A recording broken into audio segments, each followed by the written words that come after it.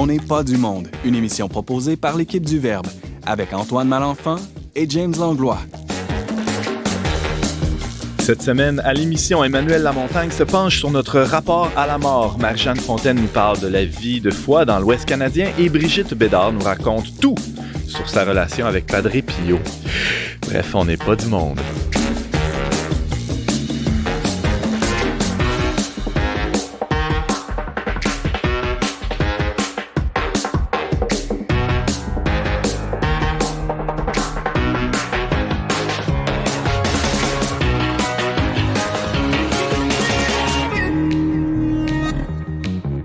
Bonjour à tous, bienvenue à votre magazine Foi et Culture. Ici Antoine Malenfant, en l'absence de mon fidèle comparse James Langlois. Ben oui, il n'est pas là. Où est-il? Oui, ça fait un vide incroyable. Ben oui, c'est vrai. Est-ce qu'on va être capable quand même de faire un épisode dans les pas du monde sans James? T'es capable. Ah, merci. Ben, alors, une petite pensée pour James qui est ailleurs aujourd'hui. On espère. En congé de paternité. Non, pas cette fois-ci. Mais en tout cas, pour ceux qui nous regardent sur YouTube ou sur Facebook ou je ne sais trop où, on est dans un nouveau décor pour les habitués là, qui sont habitués de nous voir dans nos studios du Verbe. On est aujourd'hui au studio de Radio VM à Montréal. Hein? C'est de la grosse visite dans la métropole, ça. Et ça nous permet de rencontrer nos collaborateurs montréalais, nos collaboratrices montréalaises, devrais-je dire. Brigitte Bédard, bonjour. Salut, ça va? Ça va très bien, je pète le feu. Je vois ça. Ah ouais. Moi aussi, ça tombe bien. J'ai dormi toute la route là en m'en venant. Le problème, c'est que c'est moi qui conduis ça. Ouais, c'est ça, j'allais demander. Non, je suis très content de te voir, de vous voir tous. Alors, tu vas nous parler du Padre Pio aujourd'hui, un peu plus tard en émission. Oui. On va être attentif à ça. Marie-Jeanne Fontaine, salut! Allô? Marie-Jeanne, toi, t'es aussi un peu comme nous aujourd'hui, là, de passage à Montréal. Oui, dans ma vie dans l'Ouest canadien. Fait que là, je suis revenue dans mes racines quelques semaines. Puis ça tombait bien, il y avait le Verbe. Alors, je suis venue vous voir. Excellent. Bienvenue. On va t'entendre en deuxième portion d'émission sur sur un peu la foi là-bas. Comment ça se vit dans l'Ouest. Tu vas nous faire comme une sorte de reportage sur comment les gens vivent leur foi en Alberta. Merci d'être avec nous. Et on l'a traîné de Québec, celle-là. Emmanuel Lamontagne, un habitué de l'émission. Salut. Bonjour Antoine. Aujourd'hui, on n'est pas dans le domaine de l'histoire de l'art, quoique on va parler des rites funéraires. On n'est pas très loin, quand même. Non, on n'est pas très loin. On y va avec un petit sujet léger, la mort. Aujourd'hui, dont, entre autres, les différents rapports là, qu'on a à la mort présentement, mais aussi dans les arts. Dans une couple de semaines, là, ça va être le mois des morts, alors on se prépare à ça. Tiens, pourquoi pas. Alors, tout ça après la petite pause qui suit.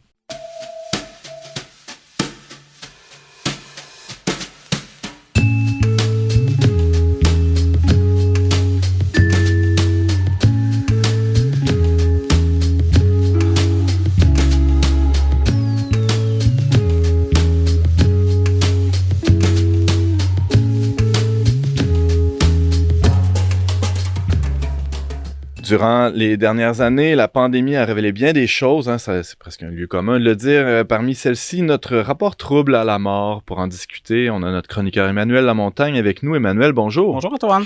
Je suis curieux de savoir qu'est-ce qui t'a donné envie de nous parler de ça aujourd'hui. En fait, j'ai un oncle qui est décédé il n'y a pas très longtemps. Et puis, en allant, j'ose même pas dire funérailles, en fait, espèce de commémoration dans un salon funéraire qui était pas grand-chose, ça a duré une dizaine de minutes au total. C'est un peu choquant. L'oncle en question avait 76 ans. De résumer tout ça en une espèce de 10 minutes d'hommage, c'est un peu expéditif, je vous dirais. Donc 10 minutes d'hommage. 10 minutes d'hommage, oui, exactement. Pour une vie quand même bien remplie. Ouais. Peu importe, ce serait un nouveau-né qui me semble, ça serait trop peu quand même. Ça serait quand même trop peu. Mais surtout pour quelqu'un de cet âge-là qui a une vie bien remplie. Donc, ça m'a porté à réfléchir sur un peu qu'est-ce que c'est notre rapport à la mort aujourd'hui, puis pourquoi aussi tout le rite va être évacué dans certains cas. Puis, pourquoi ça serait important, en fait, qu'on garde certains rites entourant la mort, là. Donc, c'est un petit peu ça qui m'a amené à cette chronique-là aujourd'hui. C'est intéressant parce qu'il y a des anthropologues qui disent que c'est les premières traces ou les premières formes d'humanité là, telle qu'on la connaît, c'est à partir du moment où on peut dénicher là, dans les vestiges des premiers indices de funérailles ou de rites funèbres. Alors, c'est un signe de notre humanité à certains égards. C'est un signe de l'humanité, comme tu dis, mais aussi, je pense que c'est un signe du rapport au divin, de la recherche de sens. C'est-à-dire que, étant donné qu'on est tous mortels, ça, on le sait tous, on s'en rend compte relativement jeune pour la plupart d'entre nous, qu'on est mortel. Donc, quel est le sens de notre vie si, en fait, il y a la simple finalité de mourir et que tout disparaît. Donc, c'est un peu ça le sens du rituel et de la religion en général, des religions, je devrais dire, va être d'amener un sens, une voie pour faire une cohérence dans notre vie et cette étape ultime-là qu'on va tous vivre.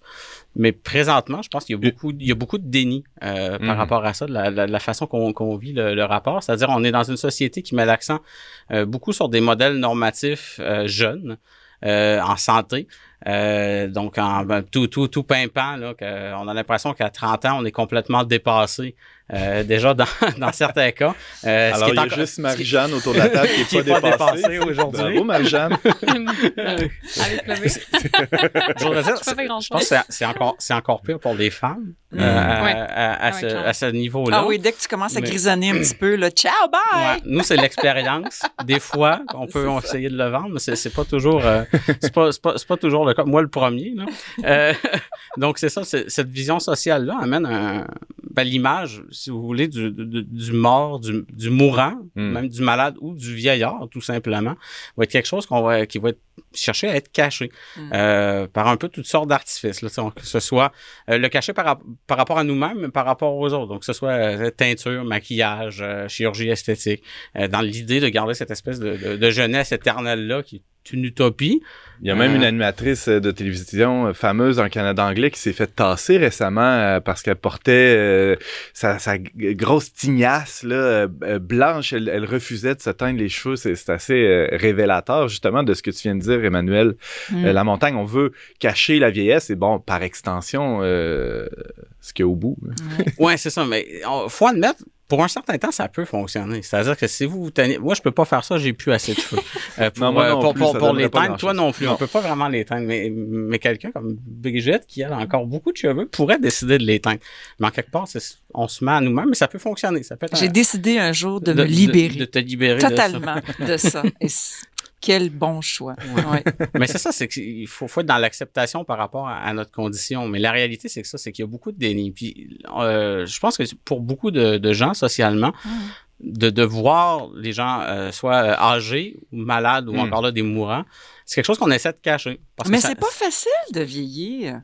Ah ben là, ça c'est un autre débat. Ah, c'est un autre débat, ok, d'accord. Non, c'est long, je trouve qu'on est dedans. Non, pas tant. Qu'est-ce qui est pas facile, Brigitte, dans le fait de vieillir? Tu sais, moi, là, je vais avoir 54 ans, là. Alors, quand je me regarde dans le miroir le matin... grave, ça, non, mais quand je me regarde dans le miroir le matin, tout d'un coup, il y a un ride qui était pas là hier. Tu comprends? Alors, moi, c'est un cheveu qui était là hier. Une petite tache brune. Tu sais, hier, mon mari, il souriait, était dans le miroir, il souriait, puis il dit « Oh, tu m'avais pas dit que j'étais ridée comme ça. » C'est pas facile de se voir vieillir, puis de voir notre corps, tout notre corps, tu sais. Il y a une acceptation à faire, puis, comme tu dis, mais s'il n'y a pas de sens à ça, ça doit être encore plus difficile. Parce que même quand il y a un sens... C'est déjà tough. Déjà sens. Oui, c'est déjà très tough. Mais c'est ça, c'est que je pense qu'il y a beaucoup de gens qui préfèrent cacher ça, ne pas y penser comme si ça n'allait pas arriver. On parle de la mort, là, évidemment, ou de la vieillesse. Quand on dit pas ce mot-là, le mot en M. On est le mot en M qu'on n'a pas le droit de dire. C'est ça, on le voit socialement. C'est-à-dire que c'est quand les gens deviennent... On va cacher un peu nos personnes âgées en les envoyant dans des dans des hospices ou des CHSLD, les gens sont pas nécessairement à vivre et côtoyer au quotidien là, avec les gens de leur propre famille. Là, Même enfin, quand on s'entend là, je veux dire, je suis pas en train de dire qu'il y a des gens qui nécessitent des soins 24 heures sur 24, qui ont à être dans ce genre d'endroit-là. Là. Je suis pas en train, faut pas généraliser. Faut pas juger non plus. Non, c'est ça. L'idée, c'est pas particulière. C'est ça, c'est de pas juger, comme tu dis, des situations là, qui parfois font qu'on n'a pas le choix pour s'adapter à ça, mais il y a quand même une espèce de tendance lourde à essayer de mettre de côté. Bon, on vit à une époque là où c'est très valorisé, disons, là, de s'ouvrir aux autres cultures, de voir ce qui se passe ailleurs, et on peut même faire le même exercice avec ce qui s'est passé dans le passé au Québec, notre rapport à la mort. Il y a de nombreux récits où le défunt était exposé sur la table de la cuisine. Ouais.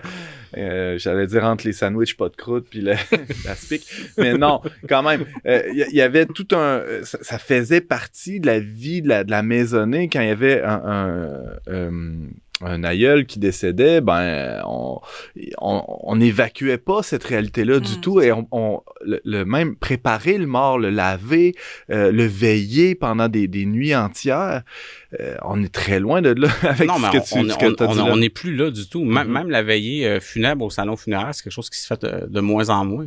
On est vraiment dans un rapport où le cadavre de Pépère, si on veut, qui est décédé au CHSLD, c'est un encombrement.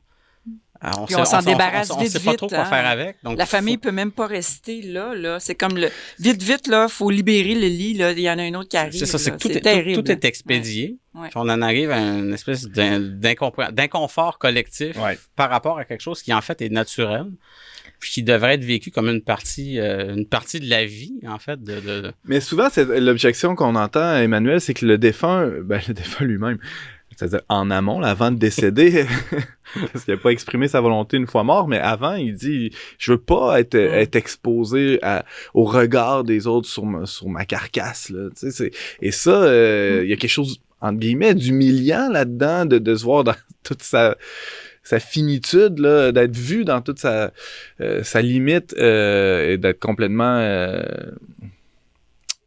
à la merci. À la merci. Ouais, c'est comme bizarre. À la merci du jugement des autres. Ouais, c'est ça.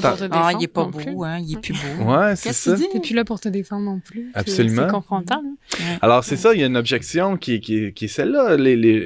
On peut comprendre que les gens veuillent pas ça pour eux-mêmes. Il y a une question de choix, c'est évident, de qu'est-ce que vous voulez pour vous-même. Mais je pense que le funérail comme tel, c'est pas tant pour le défunt, même dans une perspective religieuse. Exactement. Là, si on veut, c'est pas tant pour le défunt, pour ceux qui vont rester, pour aider à construire premièrement, à réaliser. On est tous un peu des saint Thomas, c'est-à-dire que tant qu'on voit pas, on réalise pas nécessairement que quelque chose va être réel. Donc, c'est-à-dire tant qu'on voit pas, soit le cercueil, pas nécessairement le corps, mais ça peut être le cercueil ou l'urne dans le cas d'une crémation.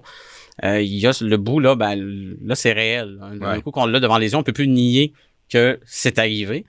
Puis ça va aider tout ce qui est le processus de deuil par après. Parce que le rite, là, dans toutes les religions, les rites funéraires, là, il y a toujours une partie un peu métaphysique.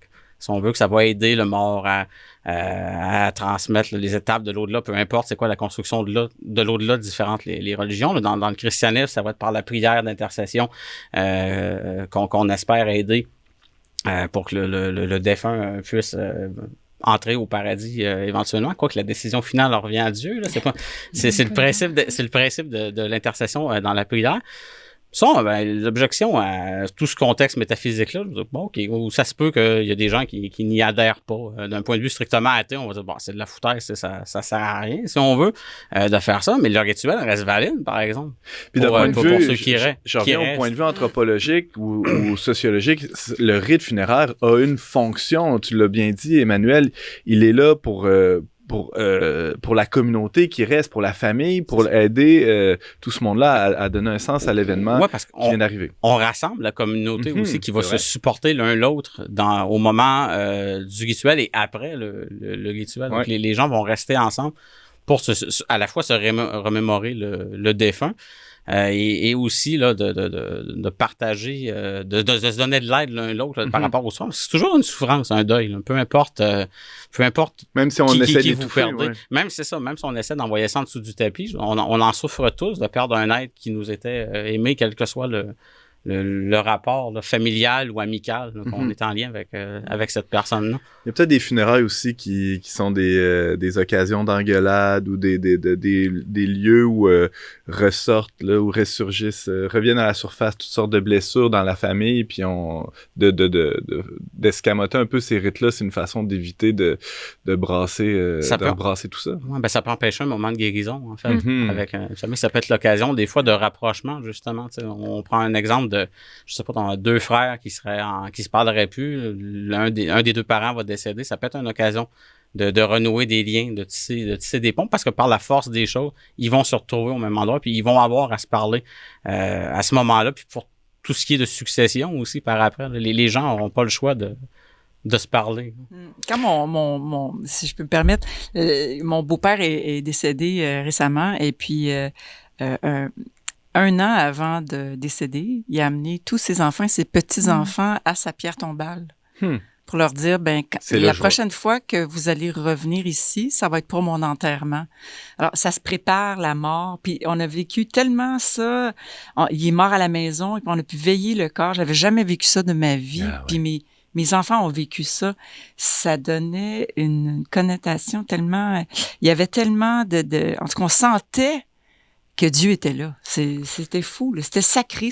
Sa chambre à coucher était devenue un sanctuaire. C'était de toute beauté. Wow. Ouais. Marie-Jeanne? C'est pour faire suite de Brigitte, la mort, c'est quelque chose de confrontant, même moi, du haut de mes 24 ans. De l'imaginer, on dirait que dans mon cas, c'était beaucoup d'angoisse. Puis quand mon grand-père est décédé, c'est comme tu dis, ça devient un sanctuaire. Et quelque chose où de voir, nous, on est allé le voir, on l'a veillé. Le temps s'arrête même. J'ai passé des heures, je me rappelle plus, assis à côté de lui à tenir sa main, puis il se passe rien à un moment, il pouvait plus parler, il pouvait plus... Puis tu sais pas qu'est-ce qui se passe, c'est comme hors du temps, mais en fait, il y a de l'amour qui se dégage, puis en même temps, la personne est vulnérable, et pas belle comme on l'a connue, mais moi, le souvenir que j'en garde, c'est de la lumière, puis en fait, ma mère m'avait dit, je me sens comme dans un accouchement, il y a comme une notion du temps de passage qui est coupé, il y a quelque chose qui se vit, puis moi, ça m'a vraiment réconciliée aussi avec cette idée de dire, en fait, il est mort comme il a vécu. Il y a tellement d'amour qui s'est dégagé que tu dis,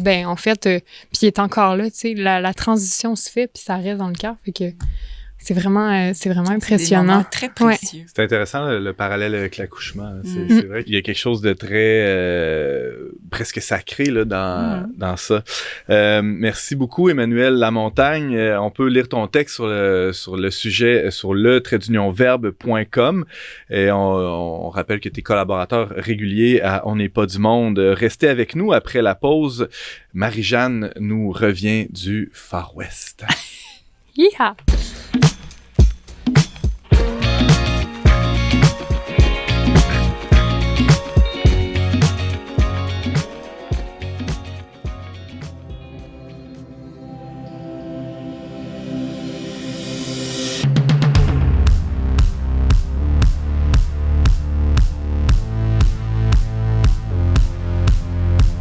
On s'apprête à lancer une campagne majeure pour ramasser 6 millions de dollars d'ici 2026. Ce qu'on fait depuis des années, c'est qu'on fait le lien. On fait des liens là, entre la foi, la culture, entre l'Église, entre la société. On veut continuer de le faire entre nos bienfaiteurs et les lecteurs. Notre objectif, c'est de rejoindre 1 million de personnes par année d'ici 2026. Avec les fonds recueillis, on a l'intention de maximiser notre déploiement. On veut rayonner encore plus. On produit déjà des contenus de qualité. On veut qu'ils rejoignent encore plus de gens. Actuellement, on rejoint une personne par dollar reçu. Imaginez 6 millions de dollars. Suivant la même logique, c'est 6 millions de personnes rejointes sur 5 ans. Aussi, en levant un montant comme celui-là, ça nous permet d'avoir une certaine vision à long terme. Donc, nos projets, on peut les planifier, on peut les organiser dans le temps, on peut mettre les ressources nécessaires pour y arriver. C'est d'avoir un lieu où on peut travailler dans des conditions optimales. Avec des studios, ici c'est bien, là on est à l'aise, tout ça, mais vous voyez pas derrière la caméra, ils sont tout pognés dans un pied carré. Il y a toutes sortes de souffrances dans le monde aujourd'hui. Mais une souffrance qui est peut-être oubliée ou dont on prend moins soin, c'est la souffrance spirituelle. Les gens cherchent un sens à leur vie. Évidemment, par les témoignages qu'on diffuse, par les reportages qui montrent des réalités pleines d'espérance, ben là, on vient aider les gens à trouver un sens dans leur quête. Et un média catholique, qu'est-ce que ça peut faire? Ça sert de courroie de transmission pour le message de l'Évangile.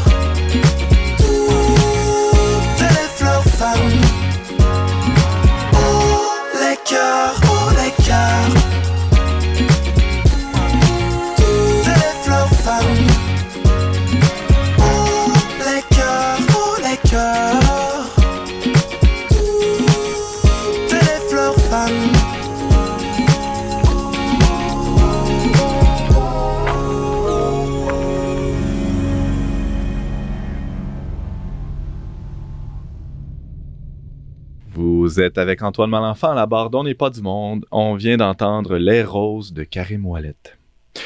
Vous l'avez entendu lors de la visite papale cet été, la journaliste Marie-Jeanne Fontaine a couvert l'événement depuis Edmonton, rien de moins, où elle séjourne ces temps-ci, la coquine. Mais comme elle a aussi le don d'ubiquité, on dit-tu cuité ou quitter? Cuité, hein? Ubiquité, elle nous fait la joie d'être parmi nous aujourd'hui. T'es à deux places en même temps, comme Padre Pio, dont on va parler plus tard dans l'émission. C'est malade. Salut Marie-Jeanne. Allô Antoine. Alors Marie-Jeanne, on voulait profiter de ton passage au Québec cette semaine pour t'attraper à On n'est pas du monde et te questionner sur ce que tes yeux et tes oreilles de journaliste et de croyante aussi perçoivent de ce qui se vit dans l'Ouest, en Alberta.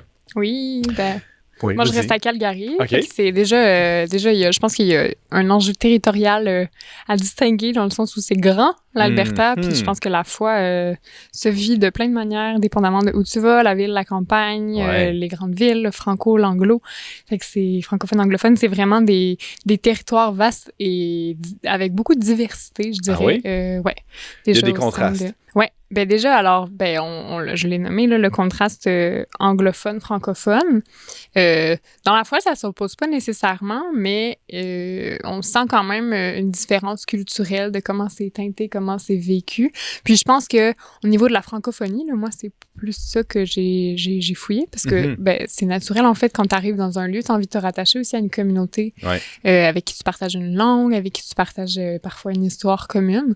Donc, ça donne un sentiment de tisser serré pas mal là, de la francophonie. Puis j'ai trouvé que la vie de foi se mélangeait à ça, ce qui était quelque chose que j'avais pas nécessairement vécu au Québec, tu sais, dans le sens que on s'en rend pas compte, là. Ben non, c'est ça. Ici, notre condition linguistique un peu exceptionnelle dans le contexte de l'Amérique est pas rattachée, en tout cas, plus maintenant, à la foi, tandis que dans ces communautés-là où c'est des communautés minoritaires, hein, clairement encore plus que le Québec, là, ça va de soi. Il y a une imbrication des deux, c'est ça que tu me dis. Oui, vraiment. Même au niveau, par exemple, là, en Alberta, comment comment est construit le système scolaire. Il y a cette idée de système scolaire déjà francophone, anglophone. On parle des années 70 avant que les écoles aient le droit qu'il y ait de la parole en français, et les années 80-90, je pense, pour qu'il y ait les premières écoles francophones en Alberta. Fait que déjà, on peut voir que dans l'historique, il y a quelque chose d'un enjeu de langue. Là.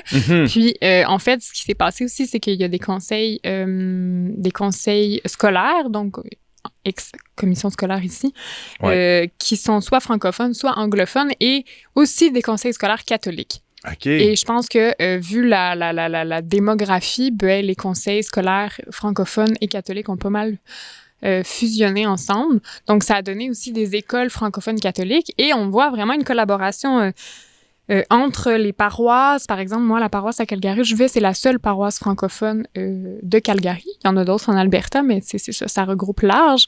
Et en fait, c'est ça, ils vont faire des interventions dans les écoles francophones catholiques. Donc, il y a toute une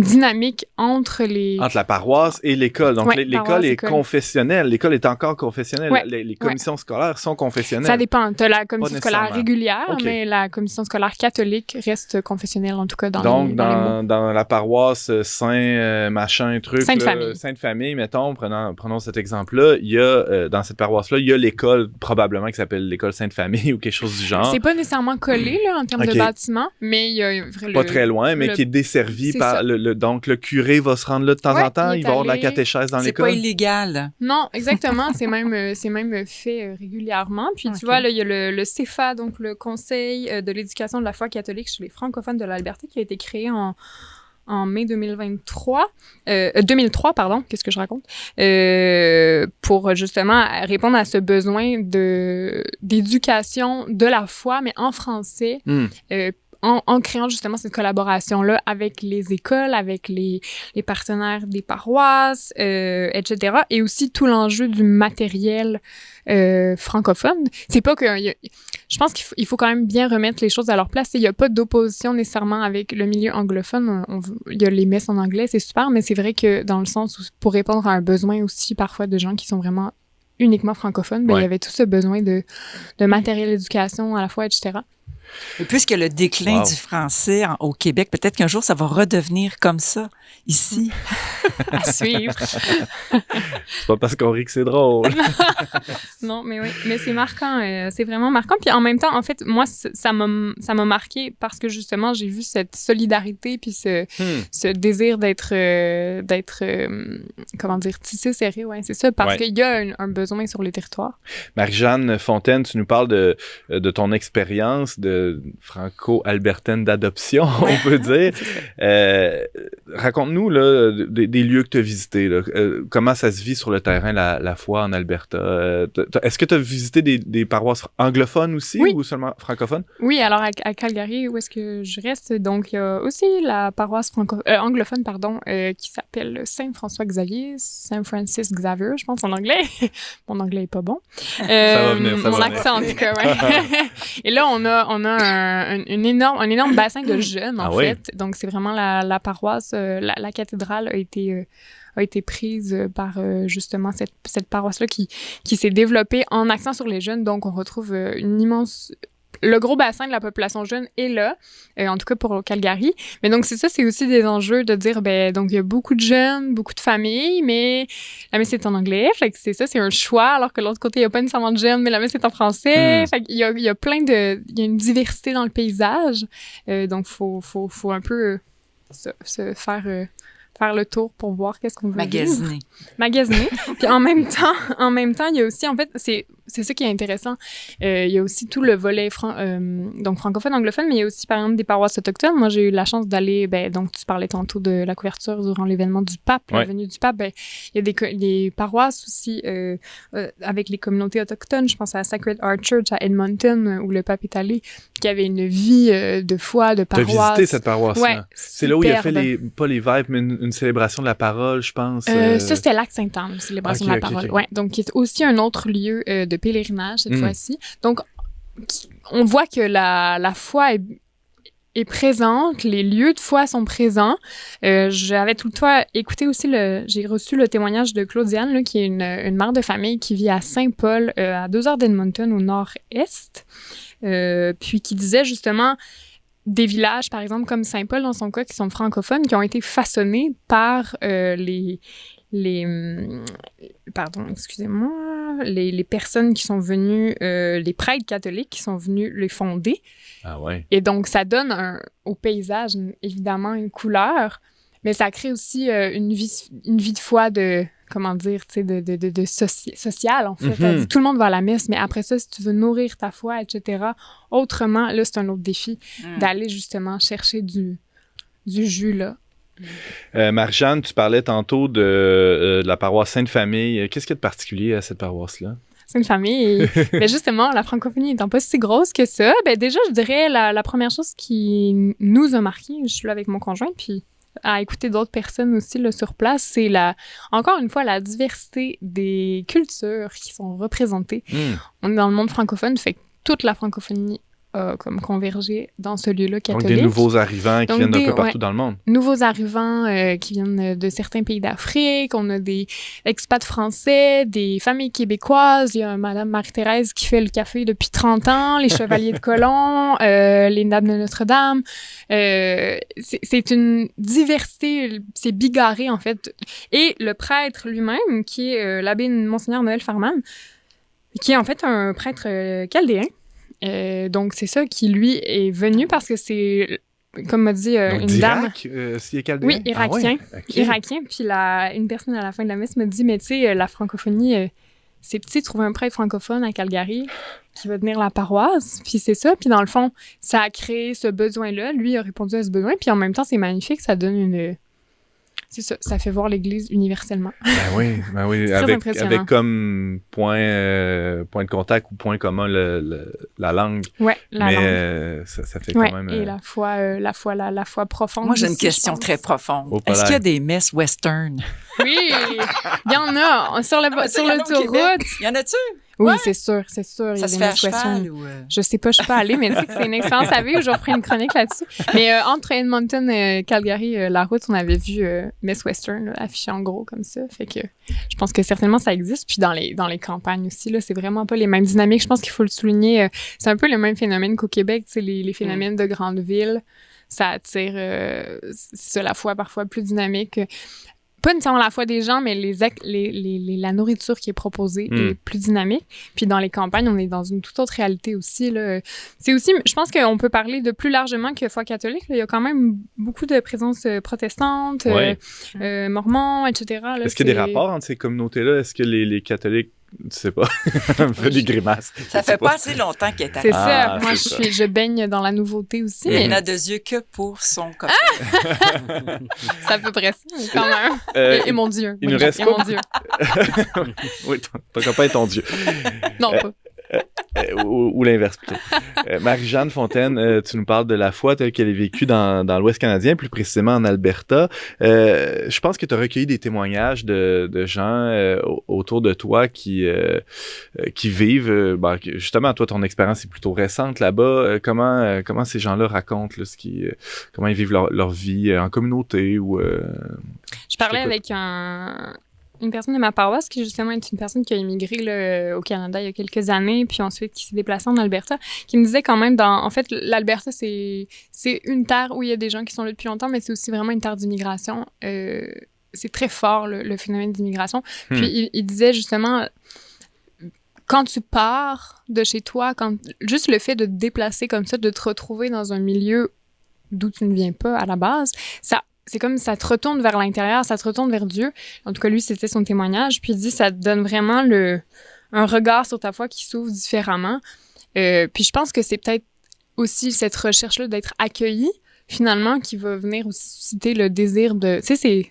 Arriver dans une paroisse, c'est toujours une valeur à peu près sûre, dans le sens que tu peux te pointer là sans avoir demandé à personne. Puis, puis est-ce que tu vas être accueilli à voir? Mais là, c'est vraiment quelque chose que lui avait dit avoir vécu, puis génial. qui se sentait.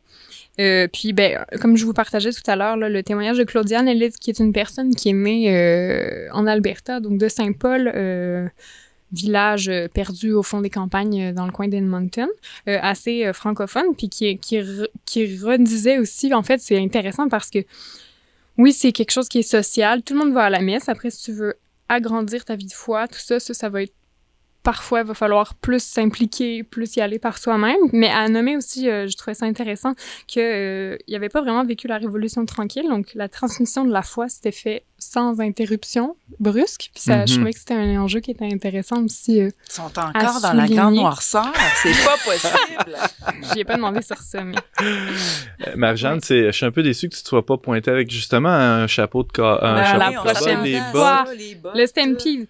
Ah, ben oui, aussi. Puis, ben oui, dans l'Alberta, je rebondis sur ça, là, mais il y a des grands espaces, puis les montagnes. Puis ça, c'est autre chose. Je sais pas si ça fait partie de la vie de foi, mais tu sais, la grandeur de Dieu là, dans la nature, là, je pense que là-dessus, moi, c'est quelque chose qui m'a vraiment marqué. Prochaine fois, je viens avec mon chapeau de cow-boy.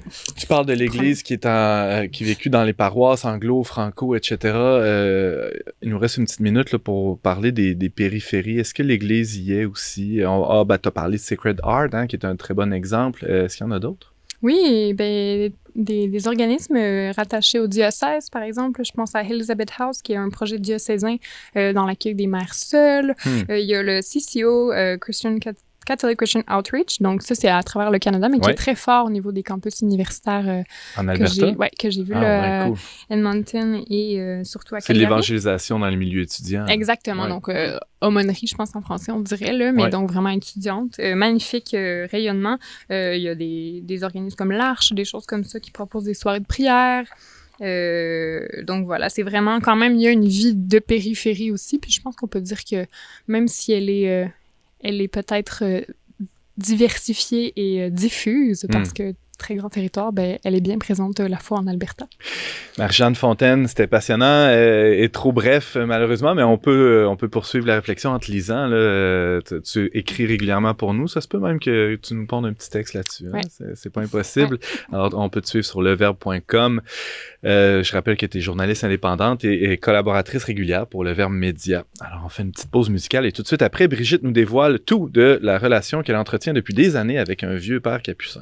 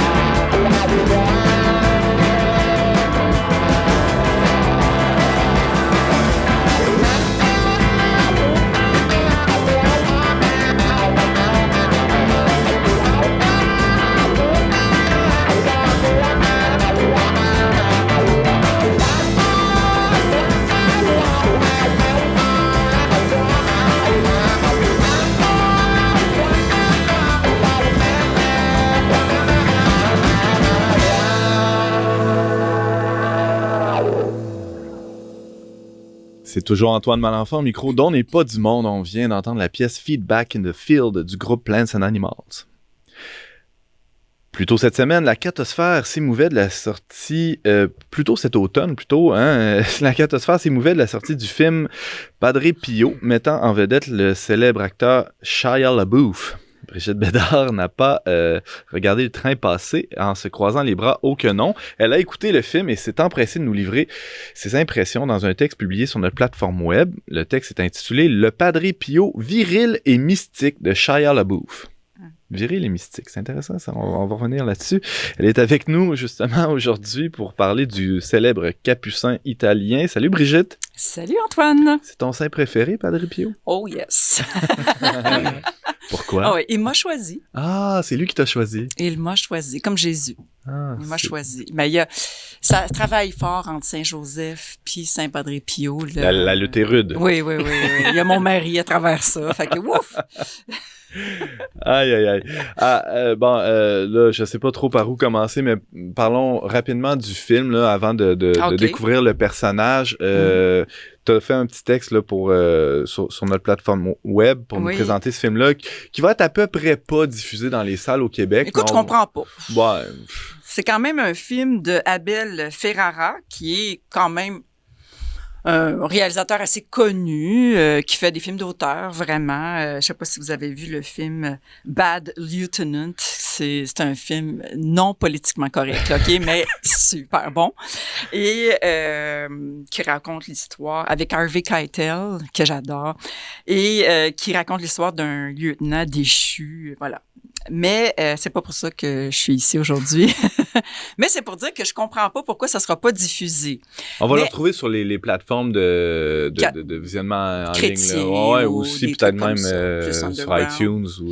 C'est ça. C'est pas impossible là, que ce soit accessible autrement bientôt. Mais c'est sûr que c'est un film c'est pas fait par un catho pour les cathos. OK? Donc, ça se pourrait que les cathos qui vont voir ça soit troublé par quelques scènes très troublantes et de nudité, entre autres.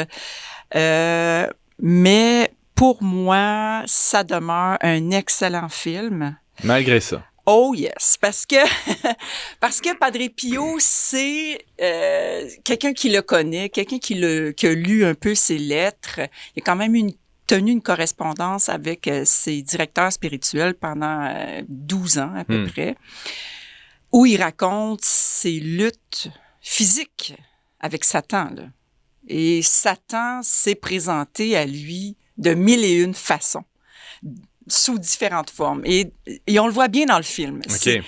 Puis, c'est ça qui est choquant, finalement. C'est ça qui est dérangeant. Oui, Satan se présente à lui, mettons, une femme nue qui danse de façon lascive. Ben, on le voit dans le film, tu sais. Et il est tenté, là. C'est un être humain. Puis pourquoi je dis viril et mystique? C'est qu'on sent dans le film, justement, qu'on ne prend pas cet homme-là pour un être désincarné qui est comme une espèce d'ange. Pas un saint de plâtre. Non. Puis je trouve que dans notre façon de voir les saints, on a souvent cette tendance à s'imaginer que ce sont des personnes qui avaient aucune tentation et qui ont tout fait parfaitement.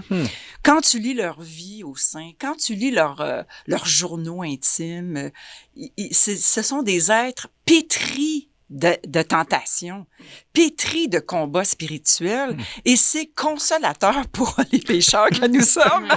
Ça fait comme, tu sais, un peu comme la petite Thérèse qui se fait demander pendant son heure d'adoration, tu sais, à quoi pouvez-vous bien penser, petite Thérèse, tu sais, qui était toute en pamoison devant elle, à compter les clous dans les souliers de la bonne sœur en avant d'elle, tu sais, parce que c'est ça qu'elle faisait, tu sais. Je veux dire, donc, ça se pourrait que ce film-là choque un peu parce que tout n'est pas sur la vie du padre, mais beaucoup sur ce qui se passe autour de sa vie. Je te dirais même que le padre a comme un rôle secondaire. Ce qui est le nerf de la guerre dans ce film-là, c'est la guerre. C'est le retour On est en guerre Italiens. civile. Non, on est C'est quand, là? la Première Guerre mondiale. Ok. Il y a eu la défaite cuisante du peuple italien en 1918. Puis, d'ailleurs, c'est une chose qui est très intéressante, c'est que on voit dans le film les soldats qui reviennent de cette lutte-là, cette bataille qu'ils ont perdue. Et le général Cardona, qui est le commandant en chef, qui décide de mettre fin à ses jours parce que c'est l'humiliation totale. Ouais. Et lui va voir un moine capucin qui apparaît dans sa chambre, comme ça. Il prend l'arme, OK, pour se suicider. Et le moine capucin arrive dans sa chambre et le dissuade de poser le geste.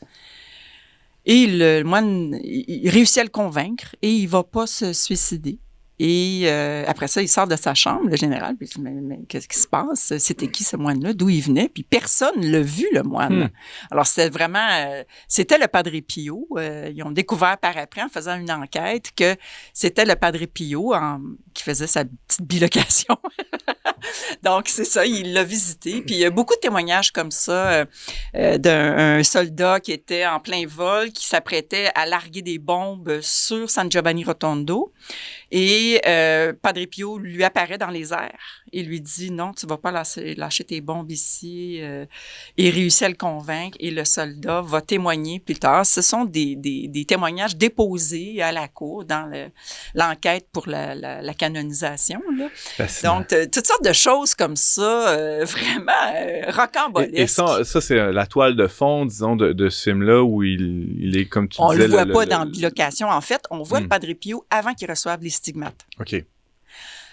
Puis en fait, le film finit qu'il reçoit les stigmates. Et moi, je m'attendais tellement pas à ça parce qu'on s'imagine que on va faire comme un peu le film qui est sorti en l'an 2000, où on fait toute la chronologie qui est The Miracle Man, Padre Pio The Miracle Man, qui est un excellent film qui dure quasiment 3 heures.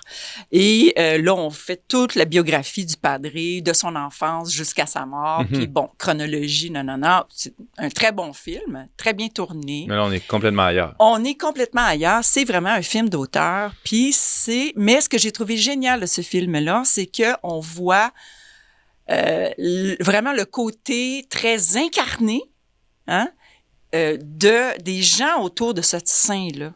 Et pourquoi le Padre Pio souffre comme ça? Ça, je suis pas sûre que quelqu'un qui connaît pas la foi catholique, connaît pas les âmes victimes, parce que c'est ça qu'il était, Padre Pio, c'était une âme victime qui souffrait dans sa chair les souffrances du Christ pour sauver l'humanité. Alors, tu peux pas avoir un plus grand mystique que ça. C'est une expérience un peu hors du commun. Et c'est ça, c'est pas pour rien qu'il était talonné de près là, par Satan, il lui donnait un nom particulier quand même. Il l'appelait Barbe Bleue. Ah, tiens. Vous ne savez pas, dans ses lettres à ses directeurs spirituels, il y avait le Don Agostino, il y avait aussi Don Pierino. Donc, c'est des lettres de 1910 à 1922. Il le surnomme toujours Barbe Bleue. Vous ne pouvez pas savoir ce que Barbe Bleue m'a fait hier soir. Et puis là, il raconte toutes sortes de choses. Puis, il dit aussi que les souffrances qu'il vit dans sa chair, dans ses stigmates, c'était très douloureux. Il les a eus pendant 50 ans. Et il dit, mais ce n'est rien à comparer de ce que Barbe Bleue me fait souffrir. Qu'est-ce qu'il lui faisait? Ah, il le tuait, là. Il le battait à coups de barre de fer, à coups de claques. Des fois, il se présentait plusieurs démons devant lui. Il les voyait, il était terrorisé, il était laid, il puait. Il le battait à coups de bâton, à coups de pied. Puis des fois, c'était la nuit entière. Puis là, les moines avec qui il logeait à San Giovanni montaient dans sa chambre. À un moment donné, ça les réveillait, tu sais. Mais ça faisait peut-être 2 heures qu'il mangeait la volée, là. Puis il rentrait dans sa chambre, puis tout en plein de sang, là.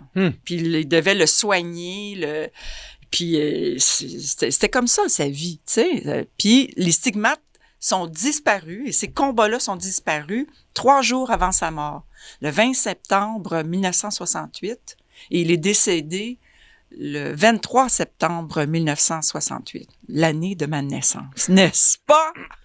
Et c'est pour ça que mon courriel, c'est Capucin23. Voilà l'énigme. Tout le monde m'a dit, c'est quoi ce Capucin 23? Ben, c'est à cause du Padre Pio. C'est pour ça que c'est mon adresse courriel. Oui, vas-y, continue. Ben non, j'attendais ton autre question. Ah, OK, bon, ben, elle s'en vient mon autre question. Bon, tout ça est bien mystérieux. Brigitte Bédard, là, tu nous parles du Padre Pio, ben, un peu du film là, qui est sorti récemment, mais surtout de sa vie, surtout tu nous parles de sa vie. C'est bien mystérieux, là, peut-être pour les gens qui nous écoutent, les stigmates. Mais même pour nous. Ben ouais, quand même. Là. En tout cas, pour moi, ça l'est. Pourquoi quelqu'un reçoit les stigmates? C'est pas le seul dans l'histoire, hein, puis c'est assez bien documenté, là, tout ça. Oui. C'est pas... on peut penser qu'on est face à des gens délirants ou pas tout à fait là, mais... Non, des êtres très incarnés. Ben, Saint François d'Assise est un stigmatisé célèbre. Je pense que c'est le plus célèbre. Il y a eu aussi Saint Rita, qui a eu l'épine dans le front. Il y a eu Madame Akari, qui est beaucoup moins connue. Il y a eu Catherine de Sienne aussi. Mais la particularité avec le Padre Pio, c'est que c'est le seul prêtre à être stigmatisé. Ah oui. C'est le seul. Il n'y en a jamais eu d'autres. Le 20 septembre 1918, c'est le premier prêtre qui reçoit les stigmates. Et il reçoit ça vraiment dans les mains, les pieds et le côté. Alors, c'est des plaies bord en bord. Là. Bord en bord. Comme s'il avait été crucifié. Ça saigne tout le temps. Et il doit toujours se bander les mains. Et quand il les reçoit la première fois, c'est au mois de mai de la même année, en 1918. Et il prend peur. Et il dit non, il refuse et ça va lui être enlevé. Et après ça, il se sent mal. Il ne sait pas s'il doit accepter. C'est un être tourmenté par le doute. Il ne sait, on le voit dans ses lettres d'ailleurs, dans presque toutes ses lettres, je ne sais pas si je fais la volonté de Dieu. Je ne sais pas si je fais ce qu'il veut ou si c'est ma volonté personnelle. Il est toujours dans le doute. Et ça, c'est très bien rendu dans le film. Souvent, une fois, on va le voir en confession, là, où il dit, je ne sais pas si je suis dans la bonne voie. Comment savoir si vraiment j'obéis à Dieu? C'est une bonne question quand même. Mais on se pose toujours la question. Et c'est ça démontre sa très grande humilité dans le fond. Donc, pourquoi on reçoit les stigmates? Excluant la personne qui parle. Là, les personnes qui les reçoivent, pourquoi? J'ai pu déterminer 3 raisons là, en faisant mes petites recherches. C'est rendre visible la croix de Jésus. Éclairer les âmes sur la réalité du sacrifice qui s'opère sur les autels du monde entier. C'est pas rien. Et c'est-à-dire reviens sur ça, là, pour clarifier. Rendre visible ce qui se passe à l'Eucharistie à chaque fois. Éclairer les âmes sur la réalité. C'est une réalité. C'est pas des mots, c'est pas un symbole. C'est une réalité. Puis lui, il l'a vécu dans sa chair. Quand il faisait ses messes, là, Padre Pio, là, quand il faisait sa consécration, il pouvait rester une demi-heure comme ça, à regarder l'hostie. Cette paroisse. Oui. D'ailleurs, le Vatican, c'est pour ça. Le rôti est brûlé. Là. Oui, d'ailleurs, ils lui ont enlevé le droit de célébrer les messes, de confesser. À cause de ça? Oui, okay. À cause qu'il était trop particulier, à cause de ses stigmates. Il a été renié par ses pairs, ce qui est signe de sainteté. La 3e raison, c'est rappeler aux prêtres et aux fidèles la vocation victimale du sacerdoce et du laïcat. C'est-à-dire l'ensemble des chrétiens non religieux, comme toi puis moi. Donc, on s'offre en victime pour le monde entier. C'est ça, être chrétien. C'est le sacerdoce qu'on reçoit au baptême. On est tous prêtres, prophètes et rois, et Padre Pio l'a reçu d'une façon un peu spéciale. Et bon, c'est sûr que moi, je vis quelque chose de particulier avec le Padre Pio, que je raconte dans mon premier livre, et si vous voulez savoir tous les détails, il faut le lire. C'est quoi le titre de ton livre? Là, pour, J'étais incapable de... J'étais incapable de dire le titre. J'étais incapable d'aimer. Le Christ m'a libéré. C'est parce que là, je me mélangeais avec le tome 2. Ah ouais. Aux éditions Artage, c'est sorti en 2019. En 2019, où le cover est rouge. Là, mais c'est ça. Je raconte comment j'ai connu le Padre Pio en pèlerinage en Italie.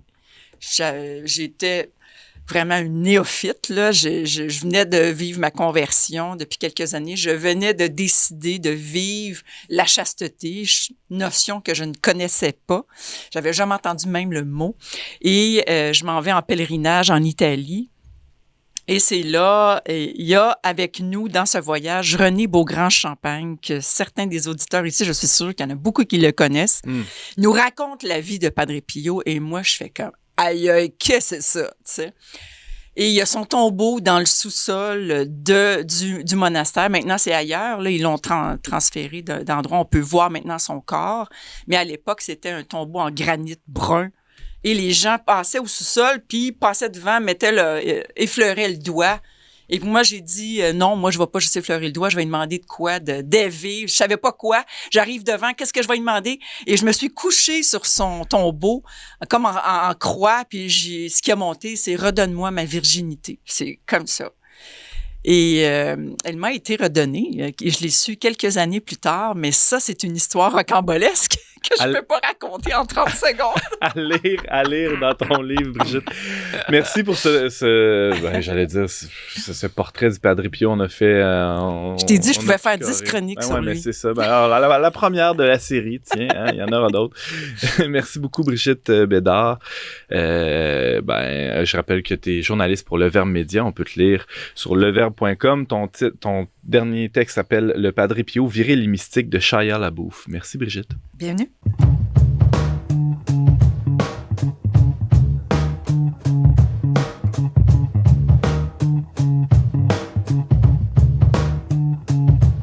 C'est déjà tout pour cet épisode d'On n'est pas du monde, mais avant de se laisser aller, avez-vous rapidement une petite suggestion culturelle, Emmanuel, en 10 secondes? Oui, moi, je vous invite à aller au Jardin botanique de Montréal, où il y a présentement l'événement Jardin en lumière, au Festival des lanternes chinoises. Donc, c'est 2 soirs, on se promène dans les jardins avec la lumière des lanternes. C'est fort joli. Jusqu'à la fin du mois. Jusqu'au 30 octobre. Au Jardin botanique. Merci, Emmanuel. Brigitte? Le livre « La vision du stade » de Jonathan Valbon, qui était un pasteur protestant et qui décide au bout de 3 ans, il était une vedette incroyable, et il décide au bout de 3 ans de tout laisser. C'est son histoire et c'est fantastique. Aux éditions Première Partie, Jonathan Valbon. Merci, Brigitte. Marie-Jeanne?